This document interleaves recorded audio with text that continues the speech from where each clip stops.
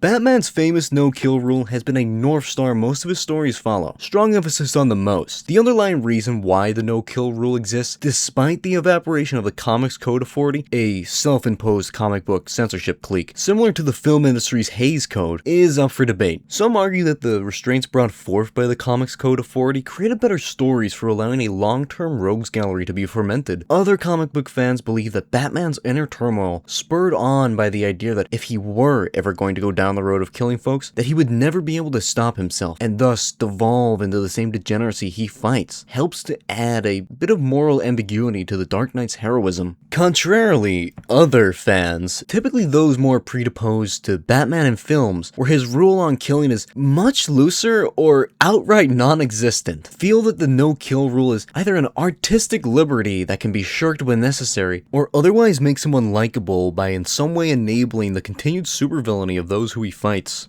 In this video, we're going to humor those sympathetic to Batman taking life by exploring his more murderous anti-hero roots in his first ever appearance by Bob Kane. Yeah, totally Bob Kane, nobody else. And at this video's end, decide whether or not killing adds to the Batman's mythos in the context of comics. If you enjoy the video, don't forget to like, subscribe, and ring that bell. And without further ado, here we go. In Batman's first dedicated story, his first appearance was in an advertisement wedged into a Superman issue, if you were curious. Oh, just me? Whatever, never mind. Bruce Wayne, a rich socialite, is consorting with the head honchos of his city's law enforcement. Even in the 30s, fiction understood class relations oh so well. Upon hearing Lambert, the chemical king, has turned into a social media whistleblower, Commissioner Gordon, like any impartial public official, asks his rich friend Bruce if he'd like to hop in the whip and tag along. Bruce hits him with the speed face and is like, fuck it, I got nothing better to do. They speed over there, and after conducting the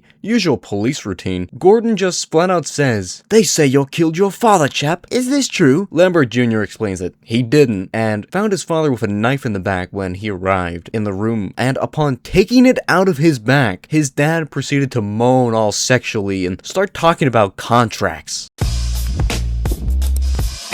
Just as he wraps up his story, the phone rings, and one of Lambert Sr.'s business pals says he feels the ops are probably gonna spin his block next. As soon as he gets off the phone, Bruce leaves, and what do you know? They spin this dude's block, but this time the Bat-Man is there to beat up these dirty killers. This here is the first kill, as he literally knocks a dude off the roof. Rest in pepperoni. When he's through racking up combos on these fools, he takes the papers they stole, then drives off in his V8 engine, leaving Gotham PD in the dust. One of the last living business pals of Lambert Sr. gets kidnapped next, and he's done being monologued to death by Mr. Giggles over here. Batman comes through the roof ready to put belt to ass. After some grappling and very hard to read descriptions, like seriously, did Bob Kane have Parkinson's or something? What the hell is this handwriting? Batman explains that Stryker was picking off Lambert Sr. and his other associates to gain control of the company. Stryker, pissed, reaches into his man boobs and draws a gun on Batman, only to get socked into a vat of acid. After killing this guy, Batman deadass says, "A fitting end for his kind," and aura farms out of the room. What the fuck? In the next issue, Batman fights some glove-shitto thieves, this time without wearing gloves. Come on, Batman, do you not remember what happened to Lambert Jr.? You can't be so careless, mister. Anyway, he tosses one of the thieves off the building, killing the dude without remorse, then evades capture through his spectacular leap. Brother, whoever typeset this newspaper is getting fired. Batman goes on to apprehend the true leader of the thieves by making him give a coerced confession over the threat of a multi-story drop. I get it, Vigilante and all, but surely in Gotham, where Joker commits weekly 9/11s and gets off of community service, this wouldn't be admissible in court. Whatever. The next two issues are two-parters where Dr. Death, cousin to the Happy Merchant, and his foreign servitor that looks like a minstrel show extra try to scam people. Bat-Man investigates, threatens to blow off the head of Dr. Death's underlings, nearly gets killed himself by being snuck up on for the second time in like 5 minutes, then slimes out the servitor, making this his fourth kill, with Dr. Death being his fifth. Psych, Dr. Death is alive and picking on an old lady, which he also puts an end to, making sure to snap the neck of Dr. Death's new henchman, which replaced the minstrel show extra Jubba Bubba Dubba, or whatever the fuck this is. One of the first examples of a reoccurring villain in comics, guys. Mighty impressive.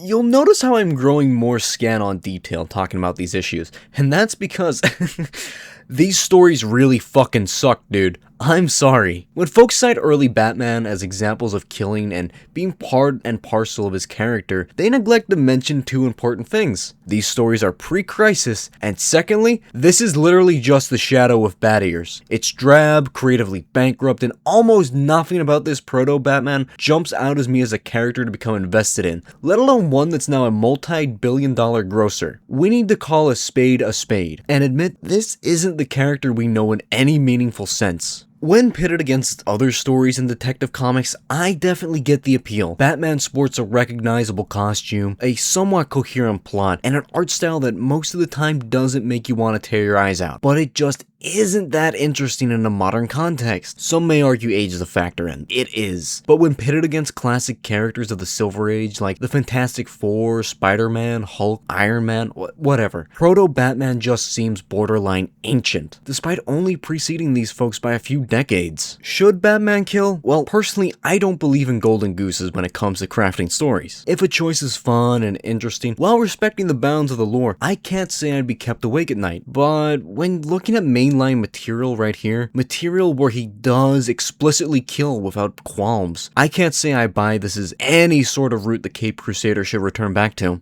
Give me money, give me money, give me money, give me money, give me money.